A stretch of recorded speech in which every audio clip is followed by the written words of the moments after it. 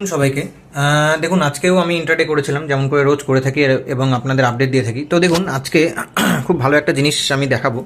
দেখুন, সবসময় আমি মার্কেটে ঠিক হবো বা আমার সেট আপ 100% অ্যাকুরেট হবে একদম নয়, কিন্তু নিয়ম মাফিক কাজ করলে মার্কেটে রিওয়ার্ড আসতে বাধ্য। তো আমি আজকে ট্রেডটা এক্সপ্লেন করছি। দেখুন, আমার এখানে একটি সেট আপ এসেছিলো, ঠিক আছে। কোল ইন্ডিয়াতে আজকে অনেকটাই স্ট্রেস হয়েছে মার্কেট, তো দেন আমি এখানে ঢোকার চেষ্টা করেছিলাম যে আমার বাইং সেট আপে। এখানে কিন্তু আমি 1:2 মিনিমাম নেওয়ার চেষ্টা করি প্রত্যেকটা ট্রেডে, তো সেটা আমি মেনটেন করেছিলাম। তো একটু প্রফিট দেখতে পাচ্ছিলাম, প্রফিট তো বুক করবো না, মিনিমাম 1:1 না পেলে করবো না। তো কী হয়েছে, আমার কিন্তু স্টপ লস হিট করে গেছে, মার্কেট আর উপরের দিকে যেতে পারলো না, আমার স্টপ লস হিট করে গেছে। ঠিক আছে, কোনো ব্যাপার না, আমি স্টপ লস নিয়ে মার্কেট থেকে বেরিয়ে গেছি। এই ক্যান্ডেলে এই যে এই ব্লু কালারের অ্যারোর মানে ঢুকেছিলাম, বাই করেছিলাম।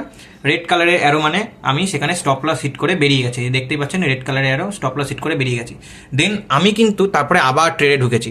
এই স্টপ লস হিট হয়ে গেছে মানে মন খারাপ করে ঘরে বসে থাকবো এরকম কিন্তু নয়। কেন? এটা মার্কেট, এটা রোলার কোস্টার, এইভাবেই মার্কেটে কাজ হয়, ঠিক আছে। আর সেট আপ ছাড়া কোনোদিন ট্রেড করতে মানা করি। তো আমি কিন্তু এখানে রিভেঞ্জ ট্রেড নেওয়ার জন্য ঢুকিনি, আমার কিন্তু এখানে একটা সেট আপ ছিল। স্টুডেন্ট যারা আমার প্রত্যেকে বুঝতে পারছেন কেন এখানে এন্ট্রি করেছিলাম, আজকের ক্লাসেও অবশ্যই আমি এটাকে এক্সপ্লেন করবো। তো তার আগে দেখুন, আমি আবার নতুন করে এই ক্যান্ডেলটাতে, এই গ্রিন কালারের ক্যান্ডেলটা দেখতে পাচ্ছেন, এখানে শর্ট সেল করেছিলাম। আমার স্টপ লস এইখানে ছিল, লজিক্যাল স্টপ লস হিট করা মার্কেটের পক্ষে লজিক্যাল স্টপ লসগুলো প্রচণ্ড কঠিন। যাই হোক, স্টপ লসের কাছাকাছি গিয়েও হিট করেনি, ঘুরে চলে এসছে। মার্কেট আমাকে আগের ট্রেডে দিল এইটুকু লস, পরের ট্রেডে কিন্তু দিল প্রায় 1:3 এর মতো প্রফিট। রিস্ক রিওয়ার্ড রেশিও দেখতেই পাচ্ছেন 2.8 লেখা আছে, 1:3 ধরতে পারেন, ঠিক আছে। আমি শর্ট সেল করেছিলাম এই জায়গাটাতে, এই এই এই অ্যারোতে, আর বেরিয়ে গেছি আমি এই জায়গায়, এই গ্রিন ব্লু অ্যারোটাতে আমি বেরিয়ে গেছি, ঠিক আছে।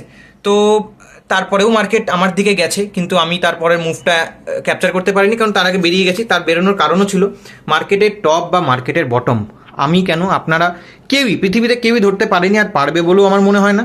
তো সেখানে নিজের রিস্ক রিওয়ার্ড মেনটেন করবেন। আর এখানে আমার একটা অবশ্যই সাপোর্ট তৈরি হয়েছিল, তো সেই সাপোর্টের দাগানো আছে দেখুন লাল কালারটা, সেখানে আমি বেরিয়ে গেছি। তো এইখান থেকে শেখার বিষয় একটাই, যে মার্কেটে এইখান থেকে বাউন্স ব্যাক করবে, এখান থেকে পড়বে, এইরকম কিচ্ছু নেই। এগুলো প্রত্যেকটা ধারণা ভুল।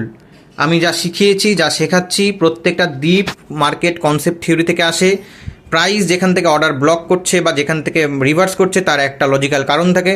লজিকগুলো ক্লাসে পড়িয়েছি, আশা করি লজিকগুলো বুঝতে পারছেন। সেইভাবেই কিন্তু আমি রোজ ট্রেড নিই। দেখুন, ভুল হতেই পারি, কিন্তু মেনটেন আর ডিসিপ্লিন নিজের ট্রেডের মধ্যে রাখলে প্রফিট আপনাকে মার্কেট দিতে বাধ্য। থ্যাংক ইউ সবাইকে, আজকে এই শেখার জিনিসটা একটু শেয়ার করলাম, প্রত্যেকে আশা করি বুঝতে পেরেছেন।